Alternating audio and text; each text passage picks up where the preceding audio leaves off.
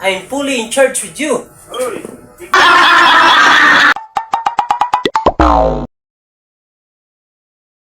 Bay!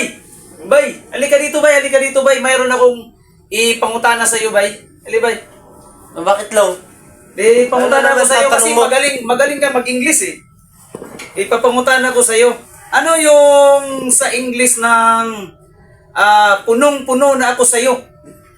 Sa English? Sa English ng punong-puno na ako sa iyo. I'm fully in church with you. I'm fully in church with you. I'm fully in church with you. Mau ba na English ba? Yun eh.